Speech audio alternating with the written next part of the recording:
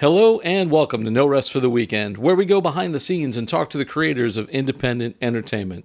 I'm Jason Godbey, and today we have our very first Zoom interview on the show. We're still working from home, as you can see, but we got a great interview for you. He is an award-winning actor and filmmaker. You know him from his many television appearances on shows like The Sinner, FBI, and Jessica Jones, just to name a few. Mr. Anthony Robert Grasso. Welcome, Anthony. How are you, Jason? I'm here, babe. I'm here. I know we're all here. So, thank you for doing this. I appreciate it. This is My our pleasure. you're our first interview like this. So, you're the resident guinea pig so far. Well, Hopefully, I don't mind being a guinea pig every now and then. Actually, I was excited when you reached out because of our last interview at Katra Film Festival. yes, that was like a year ago, which is unbelievable. I know, it's nuts. It's crazy. So we'll get into it. I want to talk to you about you. First of all, everybody good on your end? Are you and your Everyone, family and thank God, everybody's? is good. My family's safe. All my relatives are safe. A few friends are sick, but I'm praying for them, and we'll see. There's a lot of projects that you have that we could talk about, but first I want to talk to you about you. So tell us, how did you come to acting? What is your origin story, so to speak? I started actually at 20. Believe it or not, I'm going to give my age. I can't believe I'm going to do that. But I was a little later in the game. I always wanted to be an actor since I was a kid. But it's interesting. I was a fine art major, and I graduated from School of Visual Arts with a fine art major with a minor in theater. When I was around 19, turning 20, I went to Italy, and I met an actor, and she was a big soap star. She was on As the World Turns. I didn't even know who she was. Her name was Elizabeth Hubbard. Some people still may know her. She played Lucinda. Anyhow, we got to talking because she, was new at painting. I was a painter. And she brought a friend of hers. And one day I got lost and I ran into them. And they said, yeah, come on, join us. And make a long story short, we're sitting in the Piazza di Nova in Rome. And she said to me, how come you're not an actor? And I said, well, I always wanted to be one. She says, well, I think you got the personality for it. You should look into it. There's something about you. And I said, I wouldn't even know what to do. At this point, I thought this was my trajectory as an artist. She says, well, you can check it out. She goes, I'll tell you what, here. She says, first work on your accent, because I was a Brooklynite. So I used to talk a little like this. And she says, I need for you to clean that up. And then from there, you'll start acting classes. And she gave me a couple of numbers. And boom. And I did that. And I got bit. And then the teacher that I ended up working with, the lady who ran, it's no longer there, it's called the Corner Loft Studio. She took a liking to me. I don't know why. She just really was really studying and watching me. And I was telling her after 8 months, I think I'm going to take a break. I don't know if this is for me. I love it, but I can't really afford it. And she said, I'm going to give you a scholarship. She said, you come in, you work for me for a few hours a week, and I'll give you classes. So I did that. And she said, you're not going to be an artist. She said, you'll always be an artist. She says, but you're an actor. So I said, all right, we'll see. And then by the time I was graduating college, I knew I had my portfolio, and I knew I wasn't going to pursue it. And it's funny, I got an interview at Gray Advertising, and I didn't go because I was afraid I might get the job. So I hung it in my closet, and I enrolled in every class I could come by and studied Meisner. And then I went to the actor studio. I was there for several years while Frank Corsaro was in charge at the time. He just passed away.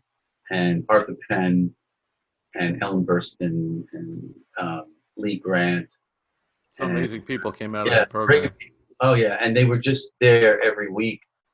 And I would go twice a week, Tuesdays and Fridays. That was called sessions. So I did a lot of training there for several years. And then I went off to Europe, and I studied in Oxford, England, of all places. I got accepted into a program that I was very proud of. It was the British Academy of Dramatic Arts. And I learned the classics.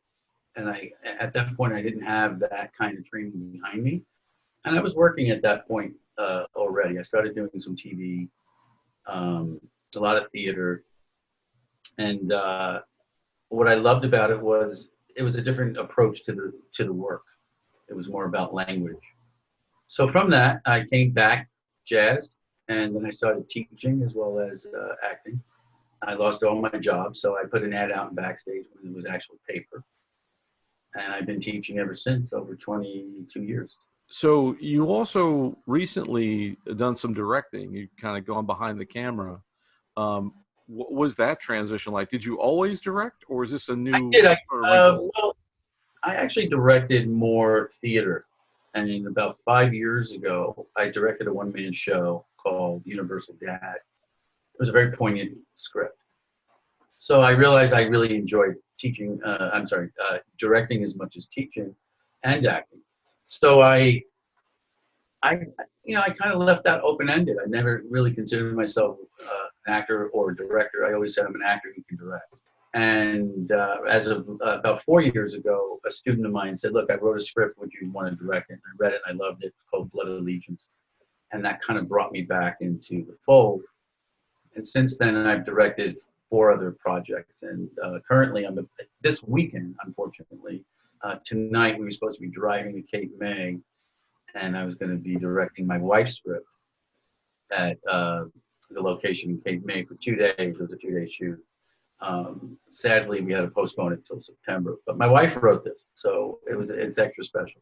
Was there a challenge in terms of when you switched, kind of in terms of like on-camera directing and directing? Because you've directed a few films now, right? What was some of the? Because I know a lot of actors are doing this. So what were kind of some of the challenges of directing, either directing yourself or directing on film as opposed to the stage? And like, how were you able to cope with that? Well, in film, it's faster, and you have a big team, thankfully. So my DP, I use this particular DP named Churu Niki Shubu. He's a Japanese, wonderful director of photography. I used him, and I've been in many films that he's been the DP. So we have this shorthand, so I trust him. So whenever I'm in a movie that I'm directing, I never take a big part. I would only take a supporting role. I was only in 2, but smaller roles. I know he has my back. What's interesting, when I was a fine art major, and it's a very visual medium, that someone said to me, even if you don't go into that, you'll always have it. Because of that, I think that's what makes me a good director. I'm very keen on visuals, and I'm very keen on storytelling. And because I've been a teacher for 22 years, I know how to work with actors. I know how to work with the camera. So that part was easier than I thought. What's difficult is that it's the overall final vision. Music, tonality, how the story unfolds. These are all the things that the director takes on. So that's the hard part. As an actor, you do your gig, you go, and you leave, and you hope it comes out nice, and you get an edit cut, and you go, "Oh, all right, that's pretty good," or "That's terrible." I know that, especially acting on film, there's this finite period of time, and often the production seems very rushed on the acting side. It feels like that's the difference, yeah. And then it's like a comparison of like babysitting a child versus having one of your own, and you just have to live with it and take care of it and nurture it all the way through, kind of thing. That's so true. The best thing I can say is, when I teach my students and I tell them, you got to go on set, and a lot of times they don't know what to do, and you got to bring ideas. That's what a good actor does. And as a director as well as an actor, I look for that in my actors to show me what they're thinking, and then we can craft together, and then you solve it, based on how you want to shoot it. But for me, it's like theater is like reading a full book, and film is like reading an essay or a cliff notes, because it's so much faster. So in the 2 films that I've had the joy of working on, and I've worked on about 12 films in the last year and a half, which was great. I got very fortunate. A lot of people knew of my work, or people had the casting director, bring me in. But two of them, we had rehearsals. And by having the rehearsal, it changed going to set. And I don't know if you saw Kill Al, but we rehearsed that. And Walter Brandeis and Renee Stork, who was both also the director, the co-director, we did this entire evening of improv of what would be said if there was more dialogue. And I love that. I love that kind of work. And I really tapped into this character, Brandon. I don't know if you saw the film, but it crosses a line in a kind of a Me Too way. With stuff like that, though, you because Walter comes from an acting background as well. Correct. Yeah. Do you think, like, if you were to give advice to actors who want to be directors or directors in general, would you tell them to have some kind of an acting background? Correct. Yeah, absolutely. I had about 5 directors over the last several years come in and just observe. And I do charge for that, but it's not as much as if you take the class, just to learn. And then I had one recently that came in and did try to act, and she really didn't have the chops for it, but she was learning by doing it. And she took a lot of notes. So I do think that. I taught over at NYFA, New York Film Academy, very briefly, only because there was something that happened and I had to leave town. But it was a job related thing. And anyway, when I was there, they encouraged their directing track to sit in on the acting track. So I had a lot of directors in my class, just to kind of how to talk to actors and what to look for, and how to really understand the dialogue or the lingo. Now, as an actor, I don't know if every actor can direct. It's not that they couldn't. I think it's a lot of work, and there's a lot of pre-production work. There's a lot of post-production work. Here's what I know, and this is the advice I would give to any young actor, or any actor, doesn't have to be young or old, who wants to direct, is get a great team. Get a great team. Get a good DP. Get a good sound person. Get a good first AD. If you don't have those 3 things, because I can do without all the other stuff. Those 3 things I want. I want somebody making sure we're on track. I want to make sure my sound is on point, and I want to make sure my DP and I know how to cut and cover rather that scene, so that we're never wasting time. It's all about time efficiency and management. So that's what I learned. I learned a lot on the job, actually. I've been on so many of these prior to jumping in as a director. And I would say, oh, okay, that's how that's done. Oh, okay, so ask questions. When you're on set, ask questions. Is there a difference? Because you've done television, you've done movies. Do you sense a difference from the director side when you work with different people, like working on TV versus working on film? Yeah, only because most of my film work was day work or 2 days work, or so they were guest stars and co-stars, and then I had a recurring on Jessica Jones, and there was a little difference there, only because I was treated more like a cast member. So they did talk to me a little bit about what I'd like to do, and there was a lot of input, and I had a voice.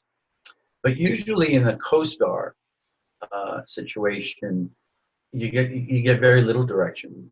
You show up, and the first AD and the running team will kind of shuffle you along, and then they'll say you're standing here, and they'll do a read through, and then you go back and get in the hair and makeup. You come back to set and you shoot. So this was my favorite thing I ever heard from a director, and it's not a bad thing. I thought it was a great thing. I had a question, and he went, "Just do what you did at the audition." so I was like, okay. So I tell my students the same thing. I'm like, you really need to knock it out in the room so that they know that you're good to go, and they'll just bring you to set and you're going to cover it. There was this one time that I had on one of my Law and Orders. I had about 7 of them over the last 12 years. One of them was very late at night. It was the night before Thanksgiving. This is like 2010. And I'm the last shot. So everybody's tired. They just want to go home. And they bring me in to set, finally. And they have me doing all this like holding the door as I walk in, talking over my shoulder, walking into this room where there's an alarm, playing an alarm expert. And I had to mime, but mime it, that I'm unscrewing and talking and doing all this little business. Well, it was not at all what I did in the audition because they had none of those things. So I started to derail, and go up online. And I'm just like, you know what? I just looked at my director, I forget his name, and I said, do you mind if I have 5 minutes to craft this? And I swear to God, it was as if he knew I will be okay. He went, guys, let's give Anthony 5 minutes, please. And they all just took his stuff, and I just went through it, got it in my body, and I took care of it. And then I came back and I said, I'm ready. And we knocked it out in 2 days. So it was one of those things where you kind of have to keep your calm. It works fast. And then you go, all right, I'm done. And then they let you leave. Whereas my film work, I've been very, very blessed that I get to play leads. And the reason why I do a lot of indie films is because in order to grow, you have to know how to carry a film from scene to scene. Whereas if you're going in for one scene and you only have a few lines, or you have maybe 3 pages of dialogue, it's still, it's great because people are seeing it, but it doesn't really stretch you other than the experience. But as the actor, you know what I mean? It doesn't quite move you to a level where if you were to get popped into a big film in a bigger part, I would feel more at ease knowing that I've done a lot of them now under me. And I've learned so much on these sets. I can't tell you, Jason. It's great. It's like the difference between sprinting and marathon. Exactly. And working out with weights, it's like one of them is 5 pounds, the other one is 25. So you really got to know form, Right. And stamina. A lot of stamina in being on set. Do you have, in terms of the TV thing, do you have any advice for actors who are kind of new to television and haven't worked in that realm before? Yeah, I would say definitely get into a film and TV class because you need to know how to let go and just kind of honor yourself and not play out a part because they're not hiring you to be a character. Most of the time they're hiring me because of the way I look and the way I sound and my sensibilities. So being that I'm a entrepreneur, I've been an actor most of my life, more than half my life. Also a native New Yorker, Brooklyn boy. I have, I guess, if they need a cop or a lawyer or somebody, with a little bit of moxie, I play those parts a lot on TV. And it's just because it kind of lands in my lap, I guess, a little simpler. You think it's kind of important for somebody to know what their type is? Absolutely. But that's my point why I'm bringing that up. What I know from teaching, and that's my specialty, TV and film.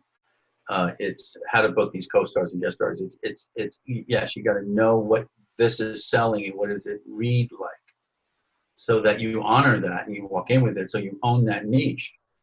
If I had to play a politician, I can do it. If I had to play a choreographer, I can do it because I know how to drive. I know how to do that. Somebody who's more quiet and more of a kind of a softer spoken person, they might book those poets and those other roles. And again, not that I can't play them, but I think for TV and film, it's very, very type and brand specific. So that's my one advice. The other advice is you got to know what to do when you get in for that genre. Meaning, if you're going in for a co-star or if you're going in for a guest star, it's very different. It's very different how you approach it. And it's a long story. I won't get into it. But you also need to know the tonality of that show. If you're going in for Law and Order versus an NCIS, they're different. One has a little bit more humor. One of them is a little quirkier. One of them is darker. You're going in for, Blacklist. It's a little bit more of a heightened reality, a little sci-fi in there. They're dealing with viruses. Well, now I guess that's more common. But, it's a different kind of stakes. So you gotta kind of know how to walk in that world. And it just takes research. So I tell a lot of actors have research. Well, all this downtime, I tell my students, I give them a list of films to watch, TV shows to have. So, yeah, we've had that advice before about, kind of doing your homework kind of thing. Yeah. Makes a big difference. Research, as I learned from, being an actor as well as a director, it's your best friend. Before we wrap up, I wanted to just see if you had anything that you were going to be coming up in that you wanted to plug, coming up in like June, July, or later this year. Sure. Well, recently I just shot an FBI episode. Well, that was just on the air, but it's still able to be streamed. And The Sinner on USA with Matt Bomer. But as far as indies, I just shot The Soothsayer, which is a sci-fi. I just checked my bucket list, Jason, of like my Twilight Zone. I play a crazy scientist, not crazy, but just a scientist who invents this time machine, and mayhem ensues and death. And it's great. It was just, I couldn't resist. And I met him at a festival. Then there's a film that I'm directing called Crumb Cake that my wife wrote that we were supposed to be doing this weekend, but now we're moving into September. And then there were 2 other films that I just shot that are going to be shot. We were supposed to shoot this month as well. And then the other one is What If I Was You? And it's starring my good friend Amanda Brooke Lerner, who is also in Kill Out. And it's a very highball comedy of 2 best friends who grow old together, and then they switch roles. So it's going to be really sweet. So it's a good comedy. And then I have a pilot, The Probe, that is right now in the post-production, and networks are looking at it. There's a couple of big names in there. And then another one that I did called The Beautiful Distraction with Vivica Fox and Adrian Paul, that's still being looked at. And then the third one is something that I directed called My Life as a Doormat, which is based on a book by Ivy Tobin that she actually on Instagram has 88,000 followers. And this pilot that I directed is a comedy in the vein of like The Modern Family, but not really. It's more about this couple, this Jewish lovely couple who she's having a midlife crisis. And she realizes that she really missed her life and she wants to regain it. And I played this doctor named Dr. Hungwell. G is silent. So that's fun. So I got all these kind of things in the mist. So that's what's happening. And then I got my 6 classes a week that I teach at John Deese Hotel Studios in New York under ARG Studio. And you're doing that all via Zoom these days. Now I'm doing it all via Zoom. Hopefully we'll get back in person at some point in the near future. I really miss this. I really miss seeing somebody in person. But what I will say, because someone said to me just the other day, how is Zoom working out as a teacher? And I said, I'm learning the benefits of it, because a lot of producers are only getting this. They're not meeting you in person. This is true. So that's been interesting to watch and maybe get that person to really bring themselves to it enough so I can go, yeah, I like that. I like that person. I like that sound. I like what I'm getting from them. So, and everything you leave there is like a headshot. It's got to tell a story. So it's been really specific about physicality work.